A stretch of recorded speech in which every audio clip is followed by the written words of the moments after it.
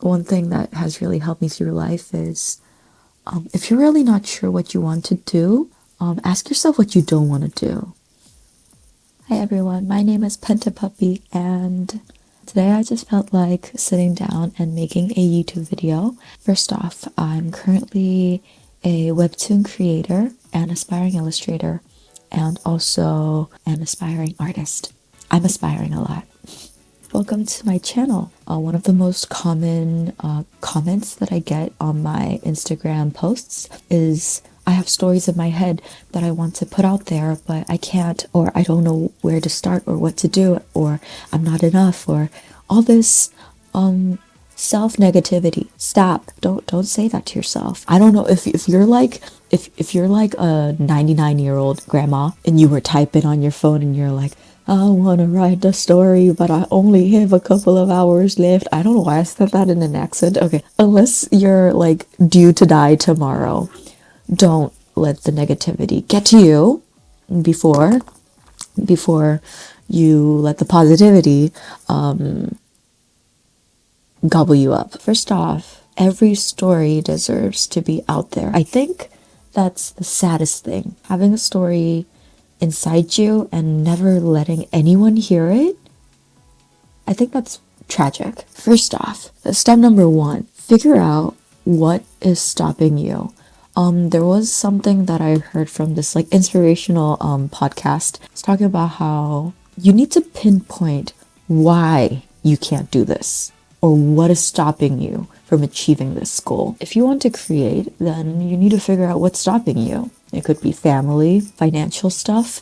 It could be, I don't know, mental stability. It could be skills. You don't feel like you're on the right trajectory, career-wise, all these kind of different reasons. In my case, it was career, finance, and also the fact that I felt like I wanted to create visual stories with art. And I felt like my art was not something people would want to look at. That was my biggest wall. And this is what my art used to look like when I had that belief. And the thing is, the stories inside my head, I loved this much. My art, I loved this much. So like, I felt like my art was not good enough for my stories. So I was just sitting there moping that like I don't have what it takes to bring these stories to life. Like it's never gonna be as good as I want it to be. That was what was stopping me. So I lived like that. Pathetic. No, it's okay. I lived like that for a very long time until one day I read Heaven Official's Blessing and I saw the art. It moved me as a person and made me realize, you know what? I will force myself to get better. If my skill sets as an artist is what is keeping me from getting these stories out of my ass, then I will work on it. I'm not gonna push it to the side anymore. I wasn't getting any younger. So from that day on, I drew every single day. It was a very rushed start, but just things clicked and I started writing my first webtoon. Figure out what is the problem in your art. Figure out what you're not happy with. What is stopping you or what is putting you down. And this brings us to a second important fact, is believing that as a human being, you are going to make progress. Talent is definitely an aspect in the creative field that you cannot ignore. You're gonna start the race at the same time with some people, but they're just gonna zoom right past you, skip 10 levels, and just be God tier like in 2 years. That is reality. But reality is reality. What you need to remember is that art was never a competition. Remember why you started this? Remember how we started this video? The fact that you want to create, that is supposed to be what is hanging above your head, not the carrot of I want to be better than someone else or I want to be the best. No. That might get you somewhere, but at the end of the day, you're going to get burnt out. You're not going to find any meaning in this and it's not going to be fun. And even if you are the best, no one stays the best forever. Every good thing comes to an end, and by that moment you're going to be devastated. So I don't recommend that. Instead of hanging that kind of carrot, a rotten carrot, hang above yourself, your dream, your goals, the stories that you love, the things you want to create, the things you want to share with the world. That should be your motivation. With that in mind, you don't care how long it takes. You don't care how fast that other person is doing. If anything, you want to look at them and try to figure out what they did different. You're looking at other artists not with eyes of like jealousy, or like, you don't want to be looking at their art and being like, ugh, why are they so good? The end. No, no, no. Why are they so good? Why? Like, actually, why? And how can I put that into my process to actually make my art better? Art is an extremely community-based activity, I feel like. You need to bounce off of each other. So just drop the mentality of this being a competition.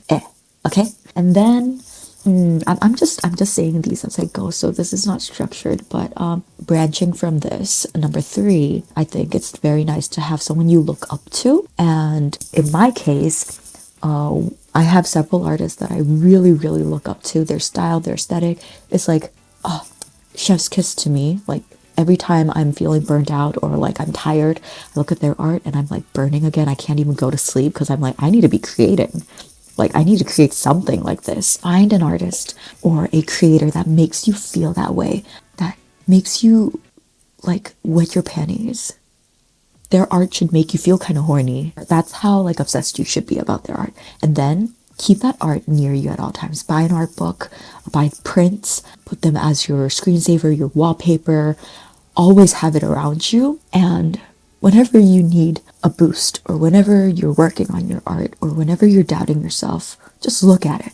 And I promise you, it's gonna be like an energy drink. Wait, this is future me. While I was editing, I just realized that our goal is to create something that someone can fall in love with. I think that's important. And maybe you have a specific audience in mind that you want to be loved by, then you can create something that is catered towards them. But if you're not sure where to start, look what makes you fall in love. It could be a person, which could turn into a muse, a movie, a piece of art. Try to see what inflicts the feeling of passion and art inside you, and try to replicate that. I just dropped by to say that. Bye. Yeah, you need to have something that you love. It could be a fandom, an anime, a movie, a book, something that just burns through the pain and suffering. You know how they say beauty is pain and suffering? I feel it kind of applies to art as well. Art is not la la la, like, you know, in the movies they make it seem so like, oh, like art, I'm an artist, like I'm so calm, like birds chirping, the sunlight, it's so beautiful, I'm gonna go out into the garden, draw some flowers and come. No, art is a fight. It's a constant battle between you and yourself. Like, you're pushing yourself, you're hitting yourself. You're your own coach, you're your own bully, but at the same time, you need to be your number one fan. But, I'm not telling you to go out there and become a New York Times bestseller or get your webtoon turned into a movie or a drama. That's not what we're talking about. What we are talking about here in this space is creating for the sake of living. Creating because at the end of the day, you're going to regret it. I know you will. That's why you're watching this video, aren't you? And there's something inside of you that needs to come out. It's like, are you going to live the rest of your life constipated with that shit inside you? Is that what you want? Like, you die and like the mortician like unzips you, and then you really want them to see that? No, I don't think so. Let it out. Let the earth take it in. Let it decay. It's a cycle of life. Like, this is natural. It's natural for you to want to excrete it. It's natural for you to want to get it out of your system. It's very human to create. Get rid of that guilt. Get rid of the doubt. Stop wasting time. Stop thinking. Step number 1. Start creating. Start writing. Start singing. Whatever you like to do. Start doing it so that you get better at it. And once you start seeing yourself come closer to that vision of yourself, it's going to get easier for you to manifest that lifestyle, to become more confident in what you do. And with that, you're naturally going to know what other steps to take after that. Once you start loving and owning that creativity, once it becomes a real part of you, then you're going to realize, oh, maybe I want to do this full time. Oh, maybe I like this more as a hobby. Or, oh, maybe I just like the feeling of this part of creating or that part of creating. Maybe I like the attention I get from creating, like the communication I get from people. Maybe that matters more. Maybe I like being really created by myself. I don't like sharing at all. You're never gonna know. The questions you are asking right now about whether I should create or not, that's just the tip of the iceberg. There are a whole list of other things you need to figure out. It's a really fun adventure and a really exciting journey. And the greatest thing about art is you don't really need anything to start. Pen and a pencil. Anyways, that was a really random video, but I think it's important to tell each other and push each other. Even I doubt myself still sometimes, but what I am sure about is that this is what I want to do. If there is a spark inside you, I'm not telling you to quit your job and become an artist full time. No, no, no, no, no, no, no. Sometimes that's not the steps you need to take. That's very specific for case to case, right? What I'm saying is for you to know what type of case you are, what type of art disease you have, you need to actually do some of it, right? So, step number 1, start something. Stop watching this video and go. I should get back to work. I was feeling a little lazy. Okay, I'm gonna go back to work. Bye-bye.